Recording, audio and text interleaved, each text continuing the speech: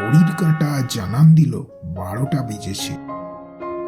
আর 25শে বৈশাখ রাত 12টা বাজে মানেই তো ওই যে 3 তলার ঘর থেকে ক্ষীণ হলেও রাতের নিস্তব্ধতা ভেঙে ভেসে আসছে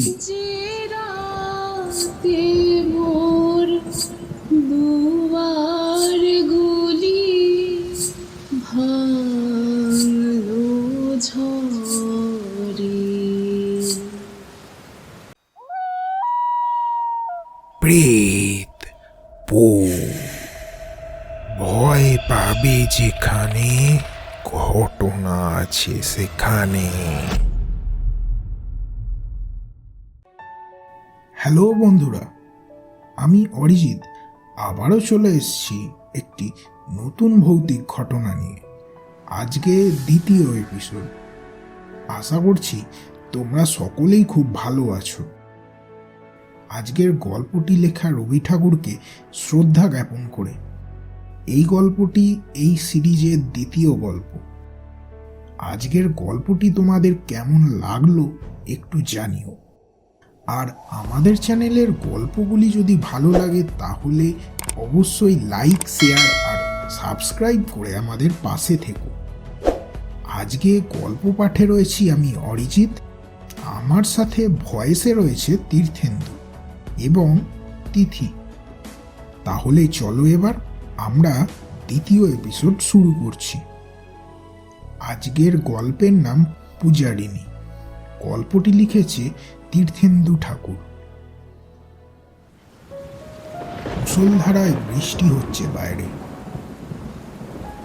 আজ 25শে বৈশাখ 1430। সমগ্র বঙ্গ মেতেছিল কবি রঙে। আর মাদবে নাই বা কেন? আজ যে রবি ঠাকুরের জন্মদিন। শুধু উত্তর কলকাতার ভট্টাচার্য বাড়ি বাদে। কারণ আজ যে তাদের কাছে আনন্দ নয়, সুখ পালনের দিন। ঘড়ির কাঁটা জানান দিল 12টা বেজেছে।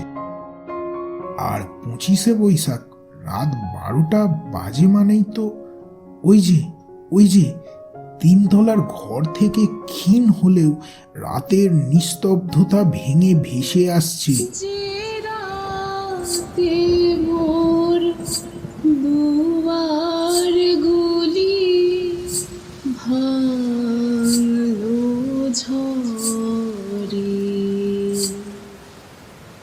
জানি নাই তো তুমি এলে আমার ঘরে,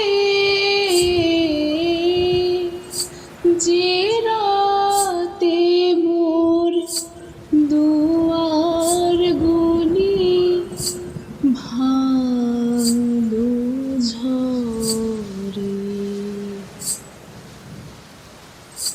এ নারী কণ্ঠ শুনে ভট্টাচার্য বাড়ির শরিকেরা অভ্যস্ত। কারণ যে গাইছে আজ তার 10ম মৃত্যুবার্ষিকী। তাই নিজের স্মৃতিচারণায় সে নিজেই গাইছে। নাম তার পূজারিনী। পরিচয়ে সে রুদ্রেন্দ্র ভট্টাচার্যের স্ত্রী, এ বাড়ির বর্তমান মালিক। পেশায় রুদ্রেন্দু যাদবপুরের প্রফেসর। প্রিয়তমা স্ত্রীর মৃত্যুর পর সে লন্ডন চলে যায় তাদের পুত্রকে নিয়ে। আর কোনোদিনই ফিরবেন না ভেবেছিলেন। তারপর থেকে এ বাড়ির মালিক শরিকরাই, আর তারাই স্মৃতিচারণা শুনে অভ্যস্ত। কিন্তু বিধির বিধান কেহ কি খণ্ডাতে পারে? এ বাড়ির এক শরিকের ছেলে যাদবপুরে চান্স পেল পড়বার জন্য। আর সে বছরই কোনো এক 24শে বৈশাখ কোনো এক সেমিনারে বক্তা হিসেবে এসেছিল প্রফেসর রুদ্রেন্দু ভট্টাচার্য। তার কোনো সেমিনার শেষে কোনো এক ফাঁকে ছেলেটি আলাপ করে ফেলল আগত সেমিনারের প্রধান বক্তার সাথে। আজ 25শে বৈশাখ। ঘড়িতে বাজে রাত 11:30। আজ ভট্টাচার্যি বাড়ির তেতলা ঘরের সব চাবি খুলে দেয়া হয়েছে, কারণ আজ জবাবদিহির দিন। দোতলার বারান্দা থেকে ঘন ঘন সিগারেটের ধোঁয়া উঠছে। বারান্দায় দাঁড়িয়ে রুদ্রেন্দু তেতলার দিকে চেয়ে আছে, কারণ 12টা বাজলেই ঘড়িতে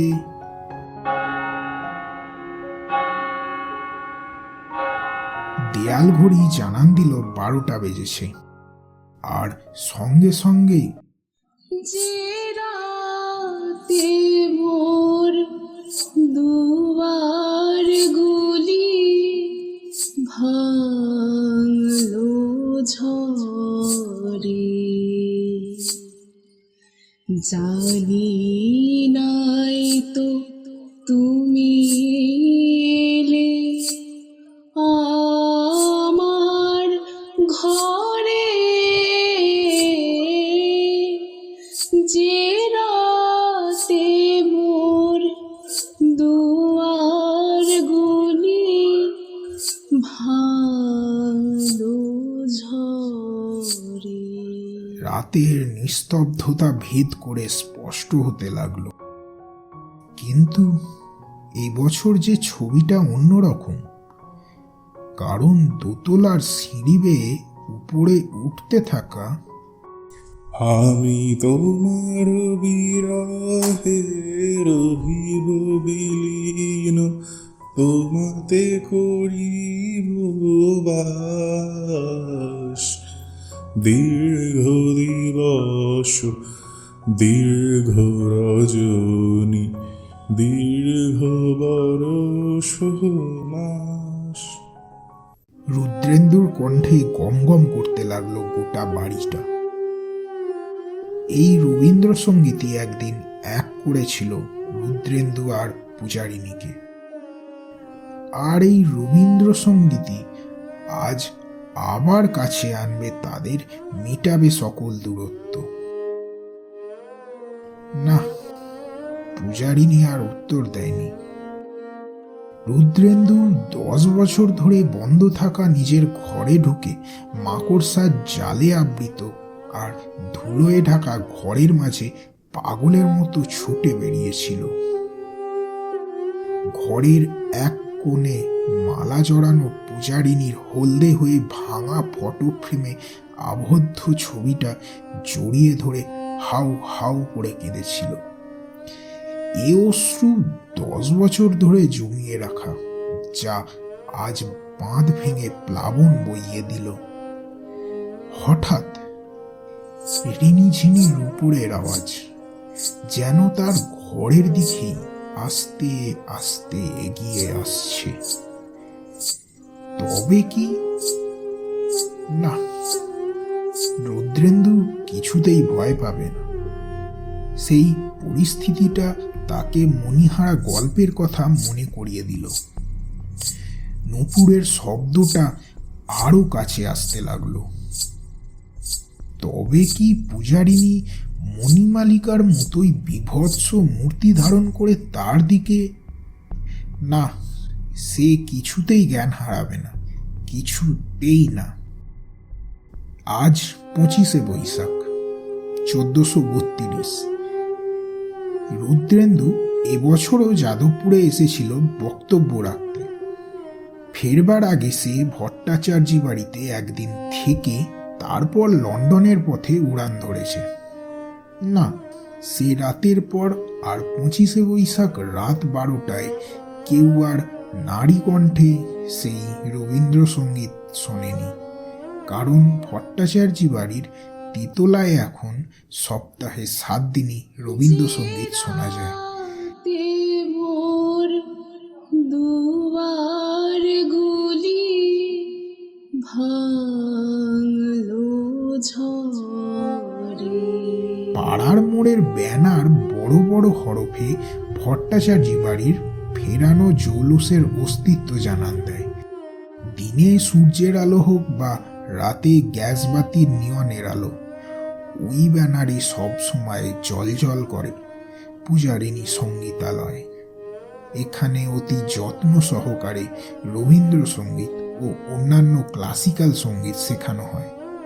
ঠিকানা ফ্রেন্ডস ক্লাবের নিকট, ভট্টাচার্যি বাড়ি।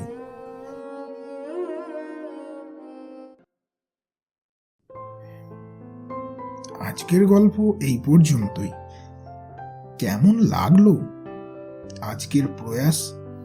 কমেন্ট বক্সে তোমরা জানাতে ভুলো না কিন্তু।